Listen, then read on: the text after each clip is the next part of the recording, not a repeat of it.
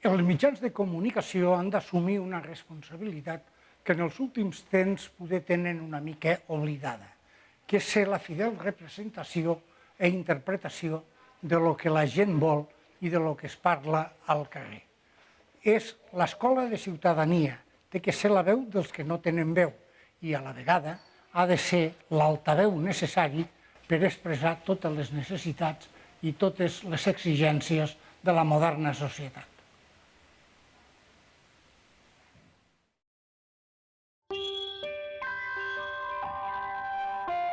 El nostre país és el que té un índex més elevat de mitjans de comunicació audiovisuals i escrits en relació al seu nombre de ciutadans.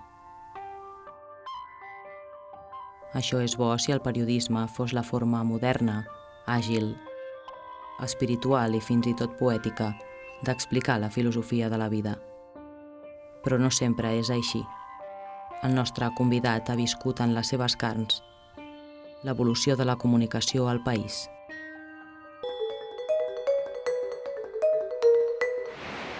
Bé, la veritat és que parlar amb el Gualberto Osorio és exercitar la memòria i sobretot el record. Fem una moviola cap al passat, o Alberto, i fa molts anys Molts. tu i jo ens vam trobar precisament aquí. Quan tot això era un descampat, aquí hi havia 4 cases i començaves tu, que venies de Navarra, i jo, que estava a la Mañana de Lleida, vam començar una amistat que, com a la pel·lícula Casablanca, ha durat tota la vida. És Què veritat. recordes d'aquella època? Home, recordo primer que, com tu bé n'has dit, ara pentinem canes. En aquell moment, tu canes, jo ni canes. Però és que en aquell moment encara tenien melena al vent. És a dir, ha passat molt temps. Aquí estem, per exemple, en un lloc que ja no existia. I que recordo, doncs mira, que era un periodista que acabava de sortir de la facultat de Navarra i que vas tindre l'oportunitat, després de fer pràctiques i de becari en diversos llocs, vas tindre l'oportunitat de venir aquí a Andorra. Vaig entrar en Ràdio Andorra i al mateix temps portava la corresponsalia de Ràdio i Televisió Espanyola i de l'agència EFE. A partir d'aquí, era descobrir un món nou. Te tinc que dir que la veritat és que vas venir per una temporada. Sí, bueno, això ens ha passat a Sí, tots. però una temporada que en la primera etapa va ser curta, vaig estar aquí, no va arribar un any, vas marxar i al cap d'un temps vas tornar. Em van tornar a enviar cap aquí i aquí vaig estar, i aquí em vas quedar. Bueno, però aquí llavors vas començar a ser corresponsal de la Mañana, corresponsal de La Vanguardia. Cuando estaba en Radio Andorra, que primer tenían que posar en marxa tot un sistema informatiu, perquè Radio Andorra, fins a aquella època, s'havia distingit sempre en ser una emissora de ràdio que parlava amb la música. Perquè Radio Andorra li va tocar viure, per desgràcia, tot el tema de la Segona Guerra Mundial. La Guerra Mundial. I després, molt forta la dictadura franquista. I, claro, no oblidem una cosa, que Radio Andorra, des de l'any 1961, era propietat de l'estat espanyol. Si bé l'explotació la feia un empresari francès que es deia Jacques Tremollet. Entonces van decidir ficar en marxa serveis informatius, van posar en marxa els serveis informatius des d'aquí d'una forma com es podia fer, no massa... Sí, no hi havia masses possibilitats. I al mateix temps, lo de sempre, continuaves col·laborant als mitjans de comunicació de Catalunya, d'Espanya. Recordo que nos vam conèixer tu i jo treballant en la Mañana de Lleida. Després en La Vanguardia. Tu estaves de alto directiu. Sí, bueno, això ja. Luego ja vas passar, efectivament, a La Vanguardia. I després hi ha un largo etcètera. Sí. El que passa és que en aquella època informar era molt difícil perquè d'entrada no et deixaven d'entrar als llocs. D'entrada te diré que, per exemple, los periodistas no podien entrar a les sessions del Consell General. Nos estava vetada, salvo que fossis andorrà. No era el meu cas en aquell moment i, per tant, no podia entrar.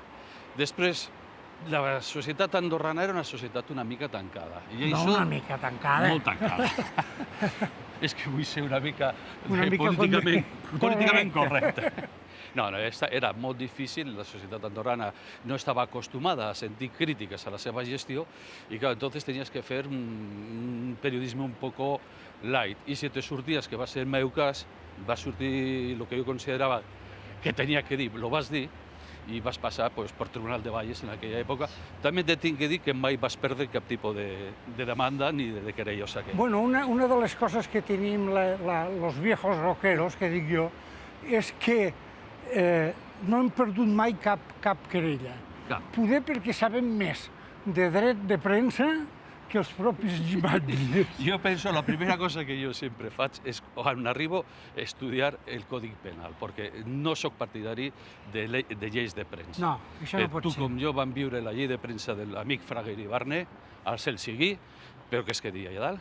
Sí, sí. I era una llei, francament, perillosa per al periodista, perquè automàticament estava potenciant l'autocensura, era una llei que l'article 2 t'empapelava de mala manera, i, clar, aquello, pues, te fa fer...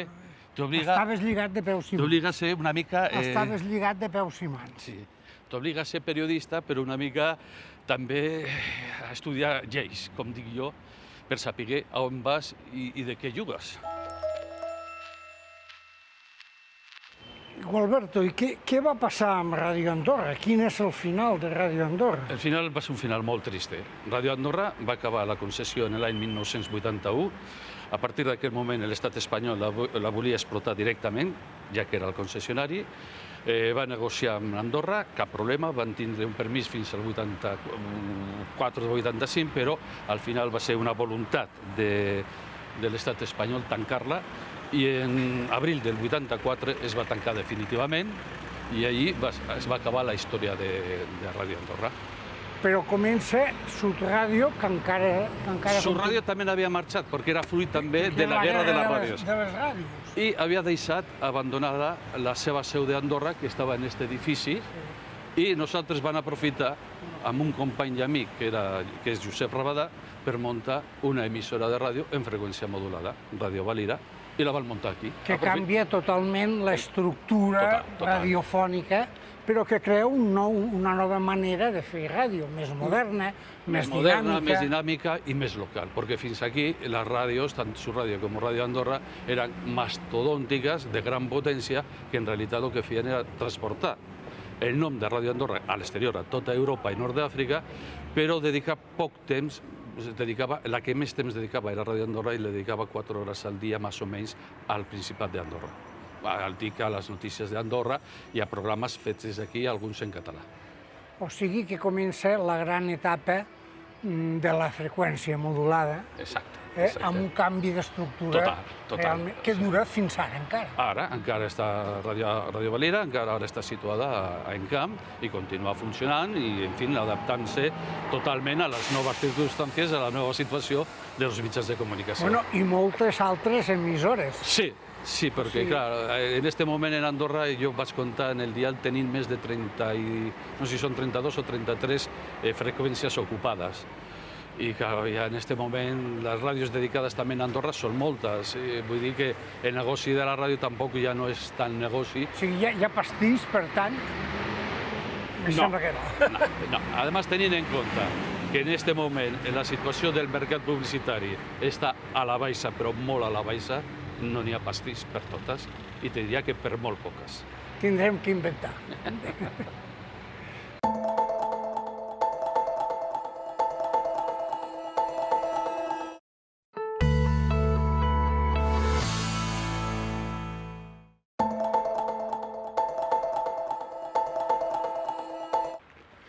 Bé, estem davant, jo diria que del símbol per antonomàsia d'Andorra. O sigui, perquè durant molts anys parlar d'Andorra era parlar de Ràdio Andorra.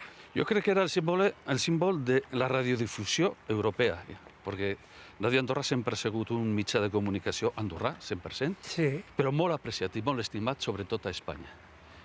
Perquè, clar, era la veu que en aquell moment transportava la veu en català, en francès i en castellà, sobretot als emigrants espanyols a Europa. I les dedicatòries eren interminables. Bueno, però és que a més hi havia un altre tema, per mi molt interessant, i és que hi havia les dues grans emissores, que era Radio Nederland al centre d'Europa, i això que diem era el Mediterrani. Exacte. Perquè, per exemple, per fer-nos una idea, quantes dedicatòries se podien fer en un dia? Jo perquè era el disco dedicat. recordo el disco dedicat, recordo una vegada, que aquí jo sí lo vaig viure, que va començar a les 9 de la nit i va acabar a les 6 de la matinada. Dedicatòries, dedicatòries, dedicatòries, i de tant en tant el disco que es dedicava. Que tocava. Però era possible que la gent que havia dedicat aquell disco tingués la paciència necessària per esperar hores a escoltar el seu nom? Josep Anton, tu sabes que la ràdio sempre Era ha sigut mimètica. y mágica. Y mágica. Y en aquella época las televisiones tampoco no funcionaven. Recuerdo que a España pensó que había el canal U y después arribaba el UHF, el UHF, que era el canal 2 i no havia més.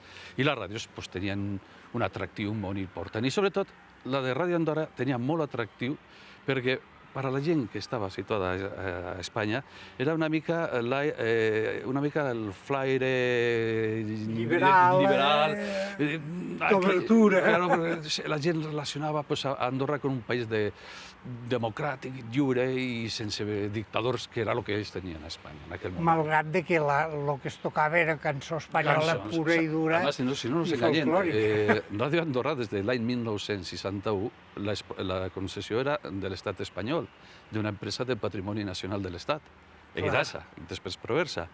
I la concessió la tenia Jack Tremolet. Sí, que hi havia un poti-poti. Sí.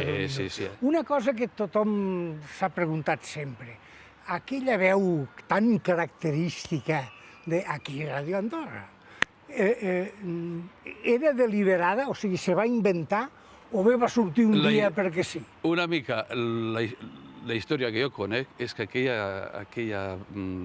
indicatiu lo va fer una locutora de Badalona, ara no em surt el nom, no lo recordo ben bé, però bueno, el popular era de Lidia Merino, però el primer que es va fer, aquella locutora lo va fer en un moment que per lo visto havia tingut un refredat o havia passat una gripe i li va sortir una veu molt aguda. Molt aguda, o sigui, va sortir malament, però que en aquella època repetir gravacions era molt difícil. Van dir, bueno, pues se lo ensenyen a Jack Tremolet, que en aquell era el propietari, t'estic parlant de l'any 1940, lo va escoltar i va dir, és dolent, però sí que crida l'atenció. I es va quedar així.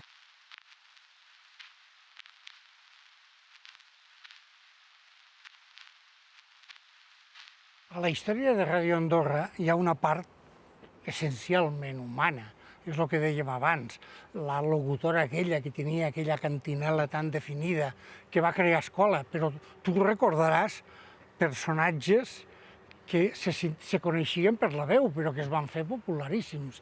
Quins destacaries? Hombre, d'aquí d'Andorra jo recordo, pues, per exemple, Victoria Zorzano, que va ser la que després va popularitzar el tema de l'indicatiu d'aquí Ràdio Andorra, Lidia Merino, que és una gran locutora que va estar molts anys aquí. Te parlo de locutors espanyols i catalans, no? Després ja va ser l'època en què... Pensa que en aquell moment Ràdio Andorra el que feia eren programes musicals. Essencialment. També així grans guions, grans coses, però evitaven el que era la part informativa. O sea, había un respeto a la noticia y de noticias se donaban pocas. Y en la parte española, pues claro, yo cuando vas venir ya era los años 70 casi, abans pues había Rosabel, había estado Angelines, había estado locutoras Maria Pura, o sea, locutoras... Quanta gent haurà passat per Ràdio Andorra? A veure, quan es va tancar, la plantilla estava en 50 i algo, i penso que en su màxim esplendor havia arribat a los 100 i pico. Era una ràdio essencialment popular, però que ja no seguia poder, que poquet a poquet va anar perdent els cànons de la nova ràdio. Bueno, a partir de los anys ja 70 va canviar, es va evolucionar, i ja amb l'arribada a Espanya de la democràcia i també els canvis que a França es van produir, ja va ser una ràdio més comercial, més combativa, més popular, però ja amb més participació. Jo recordo, ja no era la participació de dedicatòries, sinó que la gent ja trucava per telèfon, i quan encara en Espanya el tema del telèfon era una cosa tabú, inimaginable, pues aquí la gent trucava per telèfon i participava directament en programes normalment sempre eren d'actualitat una mica internacional. Jo recordo en aquella època el tema d'actualitat era la guerra del Vietnam. Claro, i això, vulguis o no vulguis, ocupava moltes hores, no solament d'informatius, sinó també de programació en general. Sí, perquè clar, el problema d'Espanya en aquell moment era que tenies que dir 48 hores abans el que diries 2 dies més tard. O sigui que si tenies que retransmetre un partit de futbol, tenies que dir qui marcaria els gols. Lo qual era inimaginable. Però jo recordo que, per exemple, fèiem programes conjuntament amb Ràdio Intercontinental de Madrid i Ràdio Miramar de Barcelona, i fèiem un programa que es deia Amics de la Carretera, Amigos de la Carretera. Sí. Era un programa d'una gran audiència a tota Europa, impressionant, perquè en realitat era un programa que estava dirigit i destinat als conductors, però amb tot tipus d'informació. Lògicament, la informació més interessant per ells era tota la informació relativa, no sé, a carreteres, relativa al món del motor, però també una mica a la situació on ells podrien participar, jo faig la ruta de no sé què, jo faig la ruta de no sé quant. Es va vendre país pensant en el turisme, ja? Molt. Pensa que Ràdio Andorra era l'ambaixador d'Andorra a l'exterior, perquè molta gent, molts andorrans sortien fora, anaven dintre d'Europa, anaven a passar una frontera i veien un passaport d'Andorra i es quedaven parats, perquè no coneixien el país, coneixien l'emissora. Llavors sempre hi havia alguna persona que deia aquí, Ràdio Andorra? Sí. Bueno, però això ens passa encara que vas per Espanya, no sé, per el sud d'Espanya, ven la matrícula del cotxe Principat d'Andorra i te diuen aquí, Ràdio Andorra. Mira, uno que coneix la ràdio. Bueno, però fixa't, això és el que va ser i ara el que s'està fent. De lo que s'està fent del futur tindrem que parlar tot seguit. Mirem de totes maneres el símbol perquè no deixa de ser una gran icona. Té fins i tot un aire de campanar eclesial, que no deixa de ser també... Pensa que reuneix una mica els estils arquitectònics del Principat d'Andorra. La torre és la Torre de Santa Coloma. Bé, això és un record d'un passat, però hi ha un present. Què fem amb aquest present? Solucions hi ha. Jo crec, a veure, si la idea és fer un museu, dedicar-lo 100% al museu... Això és convertir-lo en magatzem, exacte, penso que no. Jo crec que podria tenir altres utilitats, com podria ser, per exemple, aquest edifici i més altres coses que es poguessin fer dintre del terreny, que fos la futura seu de la Ràdio i Televisió d'Andorra. I, lògicament, tindrien també la gent que vingués i possibilitat de visitar el més emblemàtic de Ràdio Andorra, com pot ser la seva emissora de 1936 o l'altra emissora de 1962 o 63.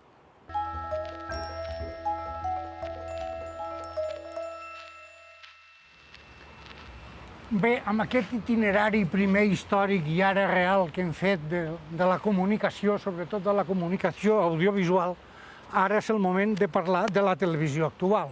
Estem davant de tota la projecció de la televisió. Televisió pública? Sí.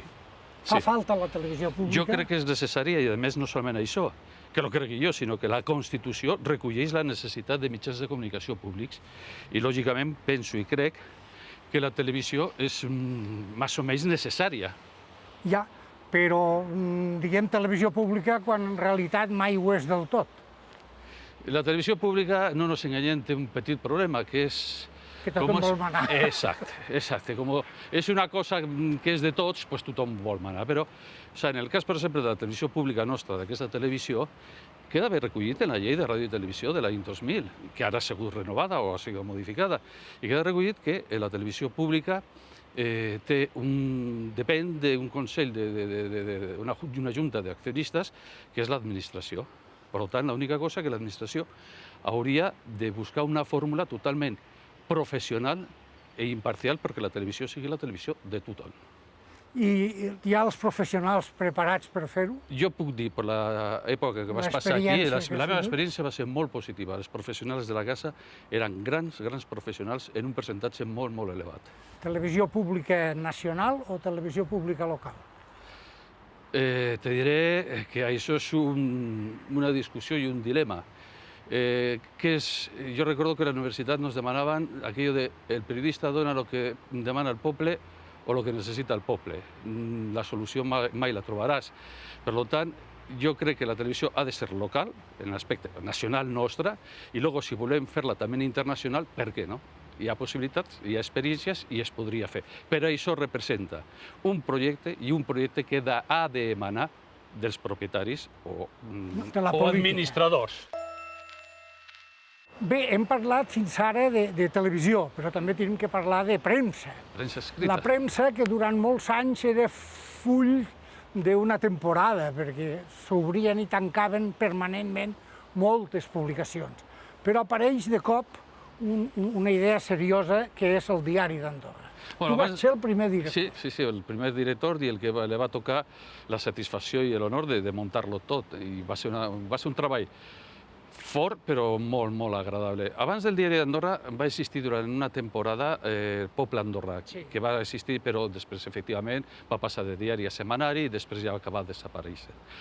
El Diari d'Andorra va ser un projecte molt engrescat, és un projecte que, jo el vaig viure des del principi, en un principi al començament amb Joan Cal, que era el director del Segre i que van parlar, la cosa no va prosperar, però més endavant una sèrie de gent d'Andorra implicada en el dia a dia andorrà van decidir que a Andorra seria necessari tenir un diari d'Andorra per Andorra.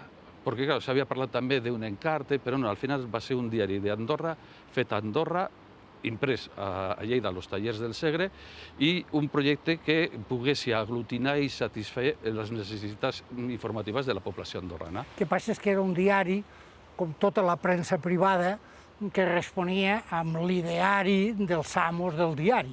Aleshores, el Diari d'Andorra comença així... Jo te puc dir que com a director, els 2 anys que vaig estar de director, des del començament fins que ja no vaig poder més, perquè a més portava també la ràdio, jo mai vaig tindre cap tipus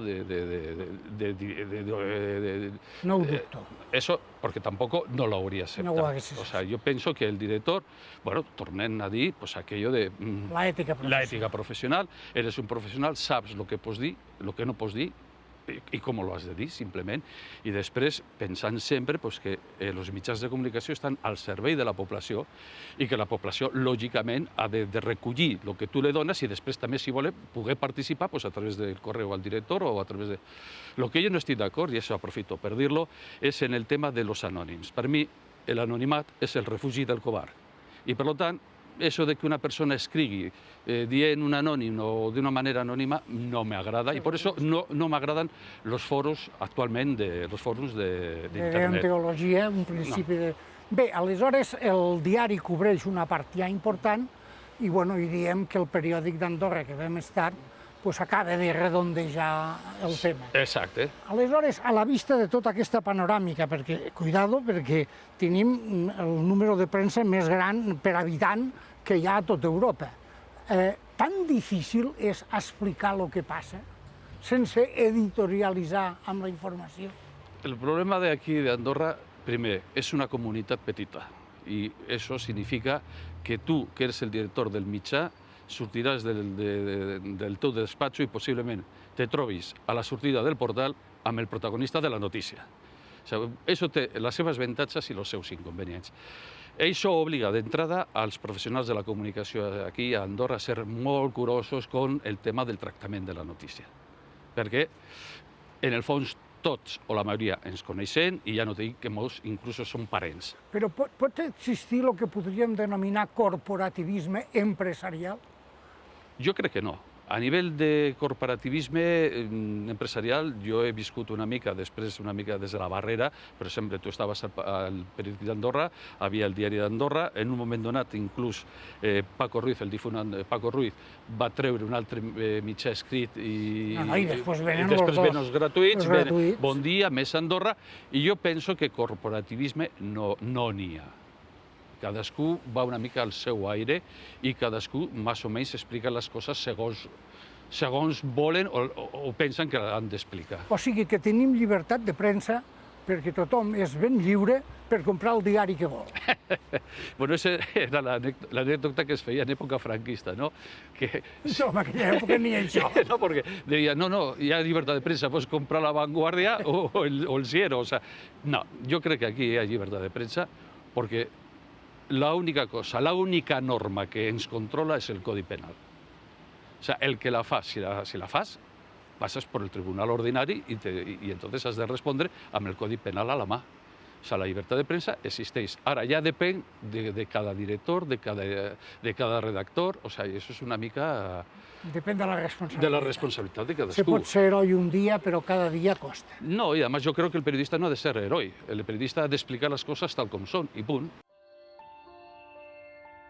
Una cosa és la llibertat de pensament, el debat de les idees, i altra la diversió i convertir l'espectacle informatiu en insolència, humor gruixut i atemptats contra l'urbanitat, que només provoquen que els pallassos s'erigeixin en artistes i es facin els amos i senyors dels mitjans. És el que no es pot consentir. O Albert Osorio,